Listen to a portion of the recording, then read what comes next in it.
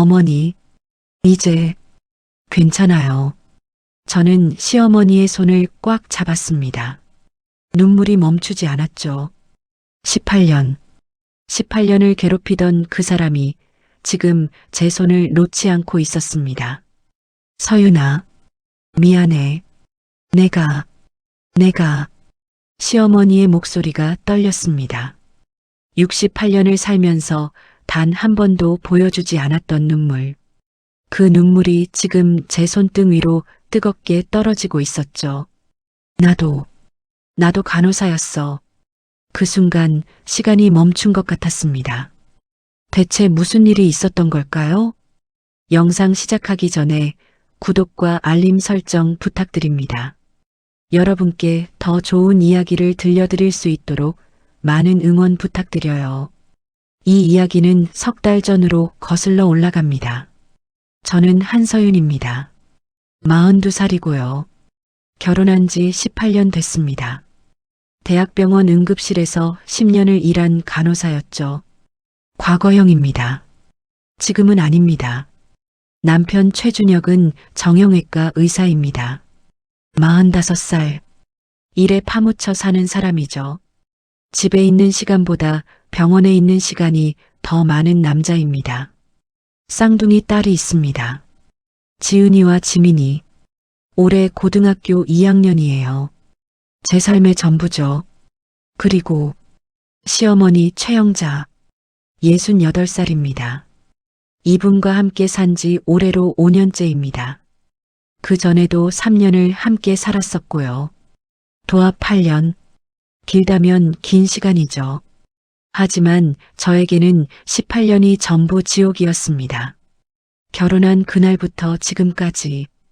왜냐고요? 천천히 말씀드리겠습니다. 제 이야기를요. 제 시어머니 최영자. 이분은 35년간 이 지역 명문 초등학교 교장을 지내셨습니다. 퇴임하신 지 3년이 지났지만 동네에서는 여전히 교장 선생님으로 불리시죠. 완벽주의자입니다. 머리카락 한 올도 삐져나와선 안 되는 사람. 그날도 마찬가지였습니다. 오전 10시. 시어머니는 현관 거울 앞에 서 계셨습니다. 경로당 모임에 가시기 전이었죠. 옷에 주름이 생기면 안 돼. 혼잣말처럼 중얼거리시며 재킷을 다시 여미셨습니다. 헤어스프레이를 꺼내 머리를 고정하셨고요. 완벽해야 했습니다. 언제나. 저는 부엌에서 설거지를 하며 그 모습을 봤습니다. 18년째 보는 풍경이었어요. 서윤아. 갑자기 제 이름을 부르시는 소리가 들렸습니다. 저는 반사적으로 손을 닫고 거실로 나갔죠. 네, 어머니. 내 가방 어디 뒀어? 검은색 가방. 현관 신발장 옆거리에 걸어두었습니다. 거기 없는데? 저는 현관으로 갔습니다. 검은 가방은 정확히 그 자리에 걸려 있었어요. 여기 있습니다, 어머니. 시어머니는 잠깐 멈칫하셨습니다. 그러곤 아무 말 없이 가방을 드셨죠. 다녀오겠습니다. 고맙다는 말은 없었습니다. 18년 동안 단 한 번도 없었어요. 18년 전이 떠오릅니다. 24살의 저는 대학병원 신규 간호사였습니다. 응급실 발령을 받았죠. 그곳에서 정형외과 레지던트를 만났습니다. 최준혁? 지금의 제 남편이에요. 사귄 지 6개월쯤 됐을 때였습니다. 서윤아, 우리 엄마가 너 보고 싶대. 괜찮아? 준혁은 조심스럽게 물었습니다. 눈빛이 좀 이상했어요. 뭔가 걱정하는 것 같았죠. 당연하지. 인사드려야지. 그때의 저는 몰랐습니다. 그 만남이 제 인생을 어떻게 바꿔놓을지. 약속 장소는 고급 레스토랑이었습니다. 준혁 어머니가 정하신 곳이었죠. 시어머니. 아니, 그때는 아직 예비 시어머니셨죠. 그분은 네이비 원피스에 진주 목걸이를 하고 계셨습니다.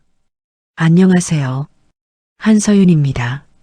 저는 공손하게 인사했습니다. 시어머니는 저를 위아래로 훑어보셨어요. 마치 물건을 감정하듯이요. 간호사라고 들었어요. 네, 대학병원 응급실에서 근무하고 있습니다. 응급실, 시어머니의 입꼬리가 미세하게 내려갔습니다.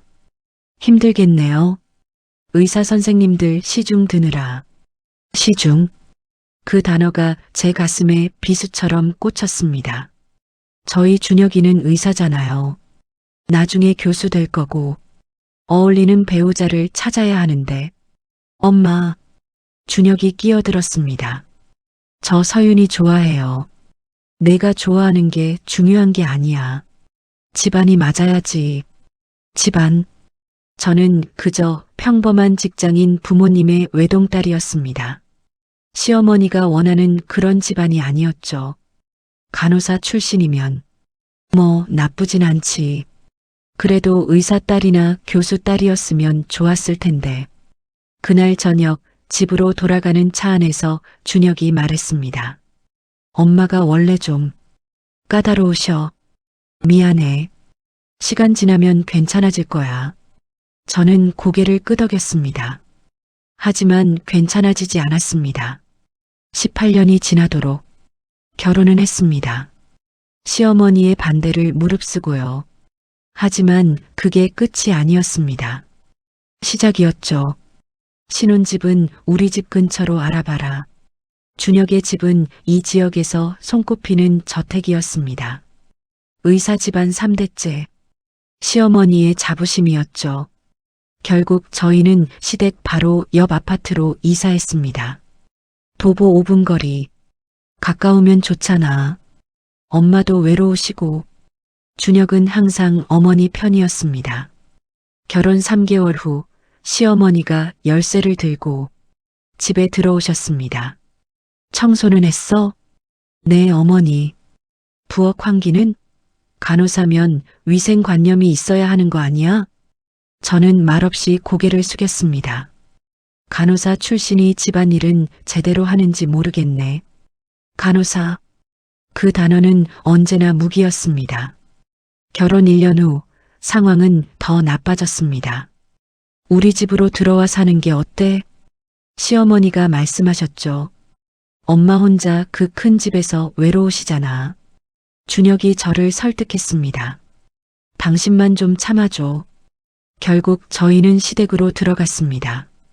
3년간의 지옥이 시작됐죠. 매일 아침 6시 시어머니께서 제 방문을 두드렸습니다. 일어났어? 아침 준비해야지. 저는 부엌에서 아침을 차렸습니다. 시어머니의 입맛에 맞춰서요. 된장찌개가 왜 이렇게 짜? 김치가 너무 시어. 새로 담가야겠네. 밥이 질어. 간호사 출신이라더니 밥도 제대로 못해? 준혁은 아침을 먹고 병원으로 출근했습니다. 저와 시어머니를 남겨두고요. 오늘 방 청소 좀 해놔. 먼지가 너무 많아. 빨래는 손빨래로 해. 세탁기 돌리면 옷감이 상해. 마트 가서 장 좀 봐와. 목록 여기 적어뒀으니까. 저는 하루 종일 일했습니다. 하지만 인정받지 못했죠. 어느 날 출근 준비를 하는데 시어머니가 전화하셨습니다. 서윤아, 오늘 병원 안 가? 가야죠, 어머니. 제가 당직이에요. 나 오늘 병원 가는데 준혁이가 바빠서 못 데려다 준대. 당신이 데려다 줘. 어머니, 제가 지금 출근 시간인데요. 간호사가 뭐 그리 바빠? 의사도 아니고. 결국 저는 지각했습니다. 그날 수간호사께 혼났죠. 그 일이 반복됐습니다. 일주일에 2~3번씩. 6개월 후 저는 병원을 그만뒀습니다. 3년이 지나고 저는 준혁에게 말했습니다. 나 못 살겠어. 나가서 살자. 준혁은 처음으로 제 말에 동의했습니다. 아마 제가 정말 무너지기 직전이라는 걸 알았나 봐요. 분가했습니다. 다시 저희만의 집으로. 그때 제가 생각했죠. 이제 끝이야. 드디어 자유야. 5년. 시어머니 없이 살았던 평화로운 5년이었습니다. 쌍둥이 딸들을 낳았습니다. 지은이와 지민이 제 삶의 전부였죠. 그런데 아이들이 5살이 되던 해 시어머니가 쓰러지셨습니다. 당뇨 합병증이었습니다. 준혁이 밤늦게 집에 들어왔습니다. 서윤아, 엄마가 입원하셨어. 많이 안 좋으세요? 응. 한동안 혼자 지내시기 힘들 것 같아. 저는 그 말의 의미를 알았습니다. 설마 우리 집으로 모시면 안 될까? 당신이 간호사 출신이잖아. 다시 또 간호사. 나 10년 전에 그만뒀잖아. 게다가 애들 키우기도 바쁜데. 부탁이야. 결국 저는 고개를 끄덕였습니다. 그렇게 시어머니는 다시 저희 집으로 들어오셨습니다. 첫날부터 시작됐습니다. 서윤아, 내 혈당 좀 재줘. 인슐린 주사 맞을 시간이야. 약 챙겨줘. 어느 게 어느 건지 모르겠어. 저는 다시 간호사가 됐습니다. 자격증도 없이, 월급도 없이, 간호사 출신이라며? 주사 맞을 때 좀 덜 아프게 나야 하는 거 아니야? 고맙다는 말은 여전히 없었습니다. 그런데 최근 들어 뭔가 이상했습니다. 시어머니가 같은 질문을 반복하셨어요. 오늘 무슨 요일이야? 지은이가 누구더라? 그리고 그날 저녁, 시어머니가 부엌으로 들어오셨습니다. 서윤아, 저녁 뭐해? 된장찌개하고 생선구이 하려고요. 그래. 시어머니는 잠시 멈춰 서셨습니다. 뭔가 말씀하시려는 듯 했죠. 어머니, 괜찮으세요? 응? 아, 응. 밤 10시. 딸들을 재우고 나오는데 시어머니 방에 불이 켜져 있었습니다. 살짝 문틈으로 들여다봤죠. 시어머니는 옷장 앞에 서 계셨습니다. 옷장 깊은 곳을 뒤지고 계셨어요. 이상하네. 여기 뒀는데 혼잣말을 하셨습니다. 며칠 후 경로당에서 전화가 왔습니다. 최영자 교장 선생님 보호자시죠?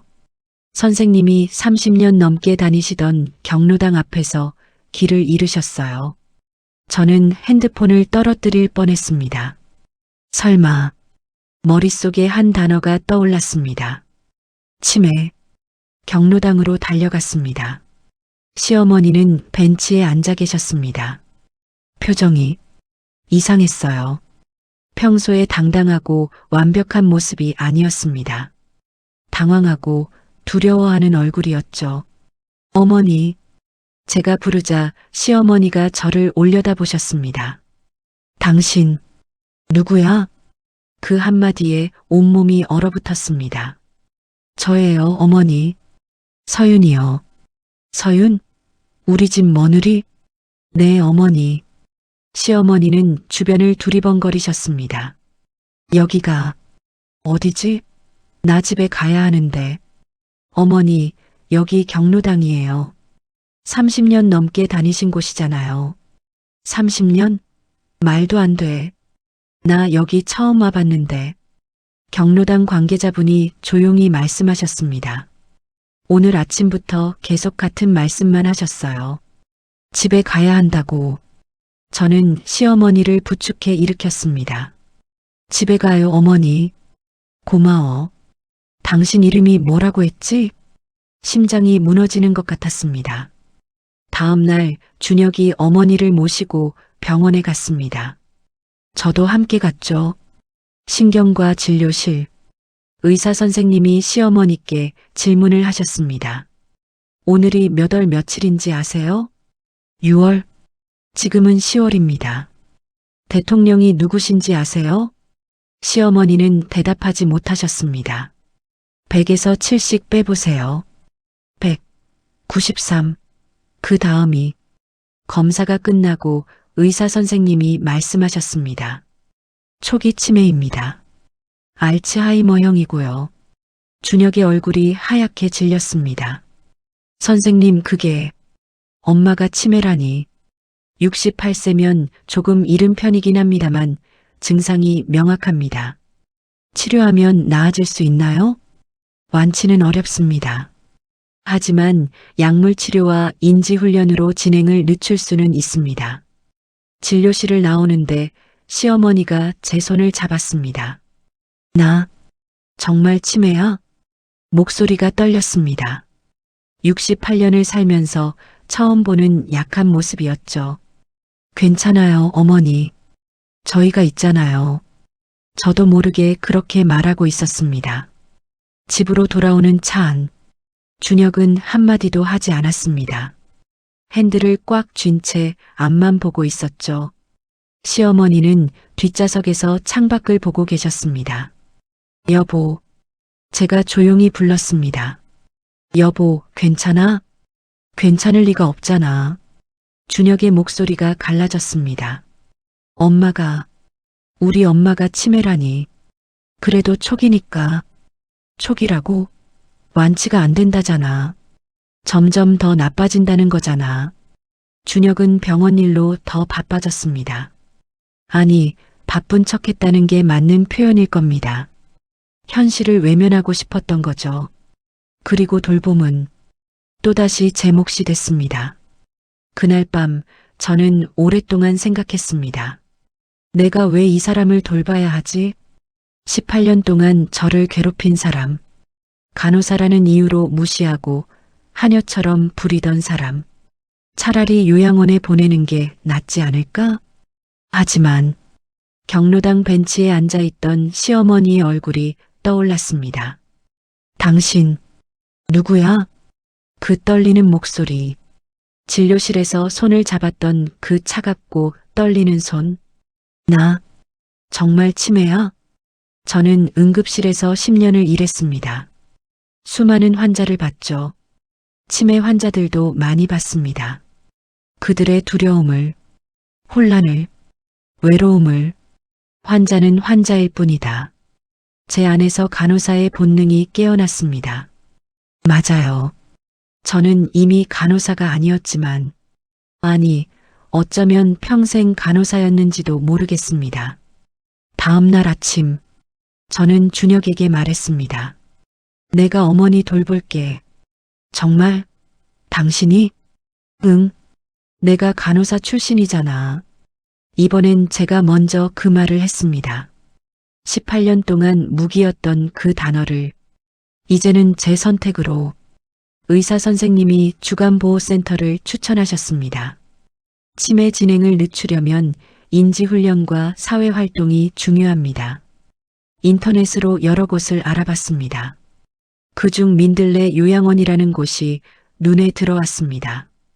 집에서 가까웠고 리뷰도 좋았죠. 어머니, 오늘 좋은 곳 구경 가볼까요? 어디? 주간보호센터요. 어머니 또래분들이랑 프로그램도 하시고 시어머니는 고개를 저으셨습니다. 싫어. 나 그런데 안 가. 왜요, 어머니? 거기 가면 내가 치매 환자라는 걸 인정하는 거잖아. 목소리에 자존심이 묻어났습니다. 어머니, 치료하려면 가셔야 해요. 결국 시어머니를 설득해서 민들레 요양원으로 향했습니다. 깨끗하고 밝은 건물이었습니다. 현관을 들어서는데 누군가 달려왔습니다. 어머, 혹시 최영자 선생님? 50대 중반쯤 되어 보이는 여성이었습니다. 최영자 선생님 맞으시죠? 저 박혜진이에요. 여성은 반가움에 목소리가 떨렸습니다. 시어머니는 그녀를 멍하니 쳐다보셨습니다. 박혜진? 네, 선생님 제자였어요. 35년 전에 5학년 담임 맡으셨잖아요. 아, 그래. 시어머니는 기억하지 못하시는 듯 했습니다. 혜진 원장의 얼굴에 안타까움이 스쳤습니다. 선생님, 저 민들레 요양원 원장 박혜진입니다. 이렇게 뵙게 되다니. 원장님이 선생님 제자셨어요? 제가 놀라서 물었습니다. 네. 선생님은 제 인생의 은인이세요. 제가 어려웠을 때 많이 도와주셨거든요. 혜진 원장은 시어머니를 안타까운 눈으로 바라봤습니다. 선생님, 치매 진단 받으신 거예요? 초기 알츠하이머라고 들었습니다. 그러시구나. 선생님 같은 분이. 혜진 원장은 저를 따로 불렀습니다. 며느님이시죠? 잠깐 제 사무실로 오시겠어요? 혜진 원장의 사무실. 커피를 앞에 두고 그녀가 말문을 열었습니다. 선생님이 며느님을 많이 힘들게 하셨나요? 저는 잠시 망설이다가 고개를 끄덕였습니다. 18년이요. 18년 동안 제 목소리가 떨렸습니다. 혜진 원장은 한숨을 쉬었습니다. 그러셨군요. 그런데 이상한 건요. 네. 선생님이 원래 그런 분이 아니셨거든요. 예. 제가 학생일 때 선생님은 정말 따뜻한 분이셨어요. 엄하셨지만 학생들을 진심으로 아끼셨죠. 저는 믿기지 않았습니다. 하지만 어느 순간부터 달라지셨어요. 제가 고학년이 됐을 때쯤인가 점점 더 완벽을 요구하시고 약점을 보이면 안 된다고 강조하셨죠. 왜 그렇게 변하신 걸까요? 잘 모르겠어요. 하지만 뭔가 큰 상처가 있으셨던 것 같아요. 혜진 원장이 기억을 더듬었습니다. 한 번은 보건 수업 시간이었어요. 간호사라는 단어가 나왔는데 선생님 표정이 확 굳으시더라고요. 간호사요? 네. 그 후로 수업을 중단하시고 교실을 나가셨어요. 우리 학생들도 다 놀랐죠. 저는 소름이 돋았습니다. 간호사, 왜 그 단어에 그렇게 반응하신 걸까?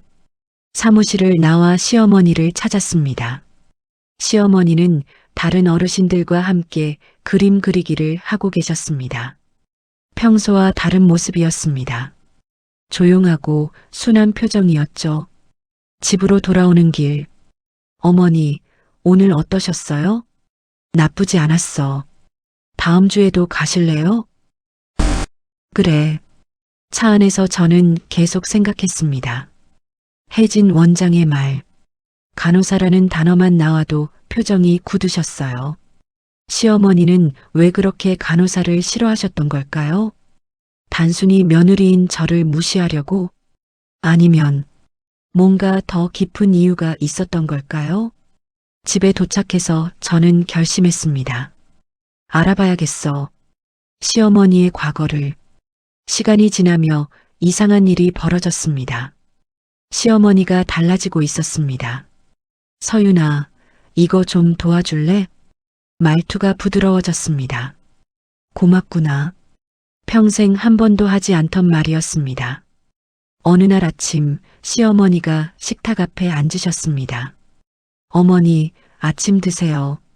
제가 밥상을 차려드렸습니다. 이렇게 맛있게 해줘서 고마워요. 손가락이 멈칫했습니다. 고마워요? 18년 동안 단 한 번도 듣지 못한 말이었습니다. 괜찮아요, 어머니. 제 목소리도 떨렸습니다. 요양원에서도 직원들이 말했습니다. 어머님 요즘 많이 순해지셨어요. 다른 어르신들한테도 친절하시고 치매가 진행되면서 시어머니의 날카로움이 무뎌지고 있었습니다. 아이러니했습니다. 병이 그분을 더 인간적으로 만들고 있었으니까요. 더 놀라운 변화가 있었습니다. 시어머니가 저에게 존댓말을 쓰기 시작하신 겁니다. 서윤 씨, 이거 어떻게 하는 거예요? 도와주실 수 있어요? 18년 동안 반말만 하시던 분이었습니다. 간호사 주제에 내가 뭘 알아 그렇게 말씀하시던 분이 처음엔 어색했습니다. 어머니, 편하게 말씀하세요. 아니에요. 당신한테 늘 미안해서. 미안하다고요? 시어머니는 제 손을 잡았습니다. 내가 당신한테 못되게 굴었죠? 눈물이 핑 돌았습니다. 아니에요, 어머니. 아니야. 나도 알아요. 내가 당신을 힘들게 했다는 거. 목소리가 떨렸습니다. 기억이 점점 사라지는데 이상하게 당신한테 못되게 군 기억은 남아있어요. 저는 아무 말도 할 수 없었습니다. 18년을 기다린 사과가 이렇게 올 줄은 몰랐습니다. 치매가 더 진행됐습니다. 이제 혼자 식사하시기 힘들어 하셨습니다. 저녁 시간, 저는 시어머니께 밥을 떠먹여 드렸습니다. 아, 드세요, 어머니. 고마워요. 정말 고마워요. 한 숟갈 드실 때마다 고맙다고 하셨습니다. 그러다 갑자기 시어머니의 눈에서 눈물이 흘러내렸습니다. 어머니, 왜 우세요? 당신, 왜 나한테 이렇게 잘해줘요? 어머니시잖아요. 아니야. 나는, 내가 당신한테 그렇게 못됐는데. 시어머니는 소리내어 울기 시작했습니다. 미안해요. 정말 미안해요. 저도 눈물이 났습니다. 18년 동안 한 번도 보지 못한 시어머니의 눈물. 괜찮아요, 어머니. 다 지난 일이에요. 아니야. 지나간 게 아니야. 내가 당신 인생을 망쳤잖아. 어머니, 간호사였잖아. 병원에서 일했잖아. 내가 그만두게 만들었잖아. 시어머니는 기억하고 계셨습니다. 제게 했던 모든 것들을. 그날 밤 시어머니를 방에 눕혀드렸습니다. 편히 주무세요, 어머니. 서윤아, 네, 어머니. 내 옷장 제일 안쪽에 낡은 노트가 있어. 노트요? 일기장이야. 그거 읽어봐. 어머니의 일기장을요? 응, 읽으면 알 거야. 내가 왜 그랬는지. 시어머니는 눈을 감으셨습니다. 미안해. 정말 미안해. 중얼거리시며 잠드셨습니다. 저는 시어머니 방 옷장 앞에 섰습니다. 손이 떨렸습니다. 일기장, 거기에 뭐가 쓰여 있을까? 시어머니가 왜 그렇게 간호사를 싫어하셨는지, 왜 저를 그렇게 괴롭히셨는지, 그 이유가 있을까? 저는 옷장 문을 열었습니다. 깊숙한 곳, 낡은 상자 안에 세 권의 오래된 노트가 있었습니다. 1975년부터 1985년까지 시어머니의 일기장이었습니다. 저는 일기장을 들고 제 방으로 갔습니다. 세 권의 낡은 노트, 표지에 희미하게 쓰인 글씨, 최영자의 일기. 손이 떨렸습니다. 첫 번째 노트를 펼쳤습니다. 1975년 1월 1일, 새해 첫날이다. 드디어 간호사 국가고시에 합격했다. 저는 그 자리에 얼어붙었습니다. 간호사? 의사가 되고 싶었다. 하지만 집안 형편상 포기할 수밖에 없었다. 간호사라도 될 수 있어서 감사하다. 최선을 다해 환자를 돌보겠다. 시어머니가 간호사였다고? 믿을 수 없었습니다. 그렇게 간호사를 무시하고 경멸하던 분이 본인도 간호사였다니. 저는 숨을 고르고 다음 장을 넘겼습니다. 1978년 5월 15일 병원에서 인턴 의사를 만났다. 이름은 최진우. 그가 나를 좋아한다고 했다. 나는 간호사지만 그는 개의치 않는다고. 처음으로 내 직업을 부끄러워하지 않아도 되는 사람을 만났다. 1980년 3월 21일 진우와 결혼했다. 평생 가장 행복한 날이다. 하지만 시댁에서 난리가 났다. 의사 집안의 간호사 며느리라니 말이 되느냐? 시어머니는 나를 처음 보는 날부터 하녀 취급했다. 저는 소름이 돋았습니다. 시어머니도 시어머니였던 거였습니다. 1980년 8월 10일 시어머니는 매일 나를 괴롭힌다. 간호사 주제에 감히 우리 아들과 내가 의사 부인이 될 자격이 있어? 나는 매일 운다. 진우는 나를 위로하지만 시어머니 앞에선 아무 말도 못한다. 제 눈에서 눈물이 흘러내렸습니다. 똑같았습니다. 18년 전 제가 겪은 것과 1982년 6월 5일 아들을 낳았다. 준혁이다. 하지만 시어머니는 손주를 안지도 않았다. 간호사 피가 섞인 아이라며 거들떠도 안 본다. 나는 아들을 안고 밤새 울었다. 준혁, 제 남편이 태어났을 때 이야기였습니다. 1983년 4월 12일. 끔찍한 일이 벌어졌다. 진우가 수술 중 의료사고를 냈다. 환자가 사망했다. 조사 결과 진우의 실수였다. 하지만 시댁에서는 나를 몰아붙였다. 내가 옆에서 제대로 체크했어야지. 간호사면서 뭘 했어. 나는 그 수술에 참여하지도 않았다. 하지만 아무도 내 말을 믿지 않았다. 1983년 9월 30일. 진우의 의사 면허가 취소됐다. 그는 매일 술을 마신다. 우울증이 심해졌다. 시댁에서는 모든 걸 내 탓으로 돌린다. 나는 더 이상 버틸 수 없을 것 같다. 저는 손이 떨려 노트를 제대로 잡을 수가 없었습니다. 마지막 노트를 펼쳤습니다. 1985년 2월 14일. 진우가 세상을 떠났다. 집 욕실에서 스스로. 유서에는 미안하다는 말만 가득했다. 장례식장에서 시어머니가 내 뺨을 때렸다. 내가 죽였어. 내가 우리 아들을 죽였어. 나는 아무 말도 하지 않았다. 정말로 내 잘못일지도 모르니까. 마지막 장. 1985년 3월 1일. 나는 더 이상 울지 않기로 했다. 강해지기로 했다. 다시는 간호사라는 게 약점이 되지 않도록. 다시는 누구에게도 무시당하지 않도록. 아들 준혁이만큼은 의사로 키우겠다. 그리고 준혁이의 며느리는 절대로 간호사면 안 된다. 나처럼 고통받게 할 수는 없다. 노트가 손에서 떨어졌습니다. 저는 바닥에 주저앉아 소리내어 울었습니다. 시어머니도 피해자였습니다. 저를 괴롭힌 건 상처받은 과거 때문이었습니다. 간호사를 싫어한 게 아니었습니다. 자기 자신을 미워했던 거였습니다. 그리고 그 미움이 저에게로 향했던 거였죠. 밤새 울었습니다. 아침이 밝았을 때 저는 다른 사람이 되어 있었습니다. 시어머니 방문을 열었습니다. 어머니, 주무셨어요? 시어머니는 침대에 앉아 계셨습니다.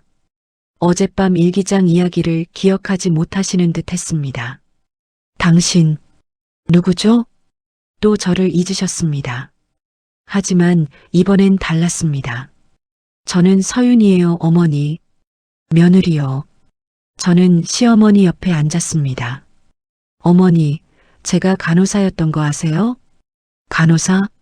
시어머니의 얼굴이 굳었습니다. 네. 저도 어머니처럼 환자를 돌보는 일을 했어요. 나도? 네. 어머니도 훌륭한 간호사셨어요. 시어머니의 눈에 무언가가 스쳤습니다. 희미한 기억의 파편들. 나도 간호사였어? 네, 어머니. 그리고 정말 자랑스러운 직업이었죠. 오후가 되었습니다. 현관문이 열리는 소리. 엄마, 우리 왔어요. 쌍둥이 딸들이었습니다. 지은이와 지민이. 고등학교 2학년 17살. 할머니, 우리 왔어요. 아이들은 시어머니에게 달려갔습니다. 할머니, 저희 수학여행 사진이에요. 지은이가 사진들을 꺼냈습니다. 경주 갔다 왔어요. 여기 불국사요. 시어머니는 사진을 받아들었습니다. 한 장 한 장 넘기시며 보셨죠. 아이들의 밝은 얼굴, 친구들과 웃고 있는 모습, 그리고 한 장의 사진. 학부모 동반 날 제가 아이들과 함께 찍은 사진이었습니다. 3명이 함께 웃고 있는 사진. 시어머니는 그 사진 앞에서 멈췄습니다. 이 사람은 누구야? 엄마요, 할머니. 우리 엄마. 엄마. 서윤이요? 네. 시어머니는 사진을 가만히 들여다보셨습니다. 아이들과 행복하게 웃고 있는 며느리. 그 얼굴을. 그때였습니다. 시어머니의 눈에서 눈물이 흘러내리기 시작했습니다. 할머니, 왜 우세요? 지민이가 놀라서 물었습니다. 눈물이 멈추지 않았습니다. 시어머니는 사진을 꽉 쥐고 소리내어 울기 시작했습니다. 서윤아, 내 어머니. 저도 시어머니 옆으로 갔습니다. 미안해. 내가. 목소리가 떨렸습니다. 준혁이 놀라서 달려왔습니다. 엄마 왜 그래? 45년 인생에서 처음 보는 어머니의 눈물이었습니다. 나도 간호사였어. 시어머니가 말씀하셨습니다. 그게 자랑스러웠는데 시어머니가 나를 짓밟았어. 그래서 나도. 시어머니는 제 손을 잡았습니다. 너한테 똑같이 했구나. 나도 피해자였는데 왜 나는 가해자가 됐을까? 저는 시어머니를 꽉 안았습니다. 괜찮아요, 어머니. 이제 다 괜찮아요. 미안해. 정말 미안해. 68년을 살면서 처음 흘리는 눈물이었습니다. 상처가, 증오가, 미움이 눈물과 함께 흘러내렸습니다. 어머니, 제 목소리도 떨렸습니다. 나를 용서해줘. 제발. 시어머니가 말씀하셨습니다. 저는 고개를 끄덕였습니다. 어머니, 이제 괜찮아요. 18년의 원망이 눈물과 함께 녹아내렸습니다. 어머니도 힘드셨죠. 어머니도 아프셨죠. 이제 다 내려놓으세요. 시어머니는 제 품에서 한참을 울었습니다. 준혁도 울었습니다. 아이들도 울었습니다. 우리 모두 함께 울었습니다. 오후 햇살이 거실로 쏟아져 들어왔습니다. 그 빛 속에서 비로소 우리는 가족이 되었습니다. 진짜 가족으로. 고마워.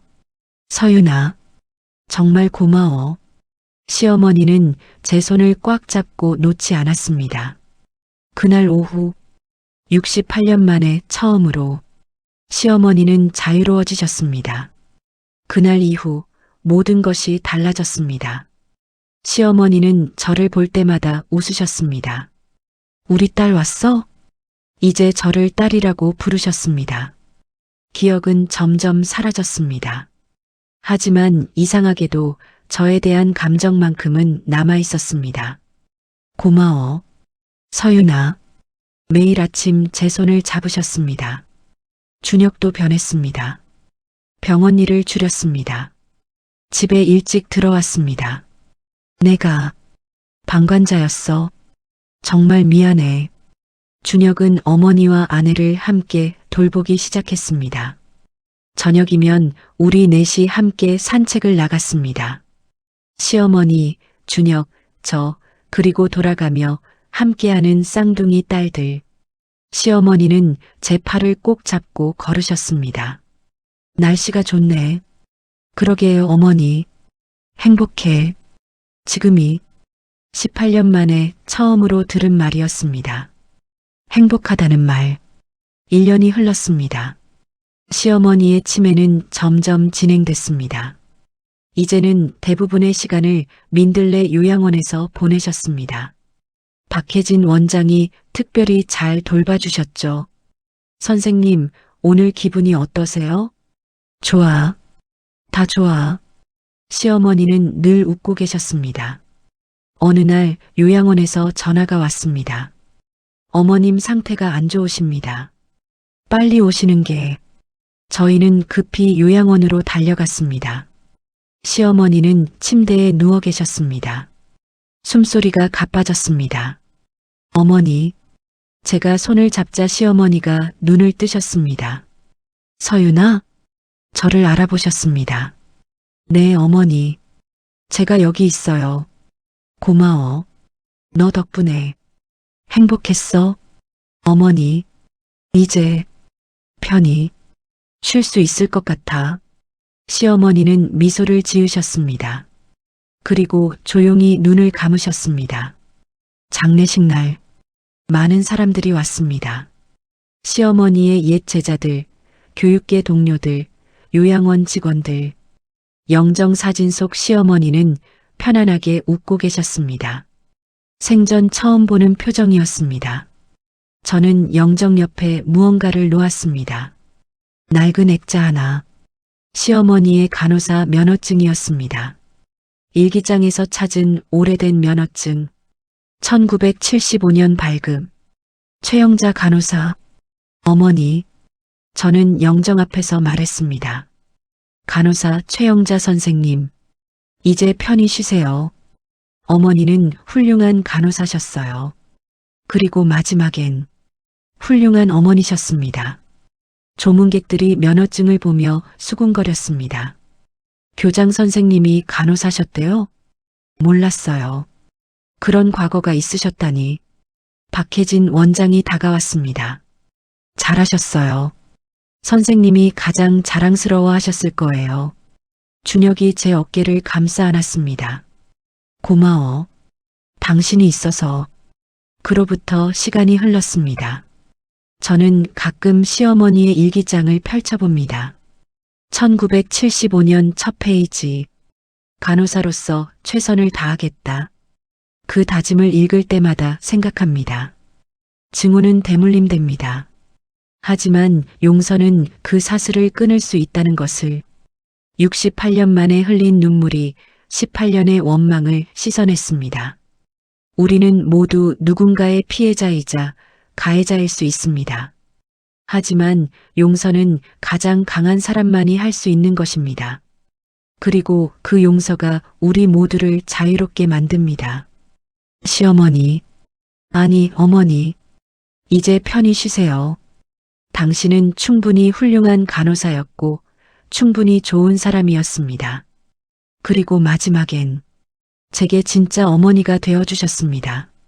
여러분, 이 이야기가 마음에 와닿으셨다면 댓글로 여러분의 생각을 나눠주세요.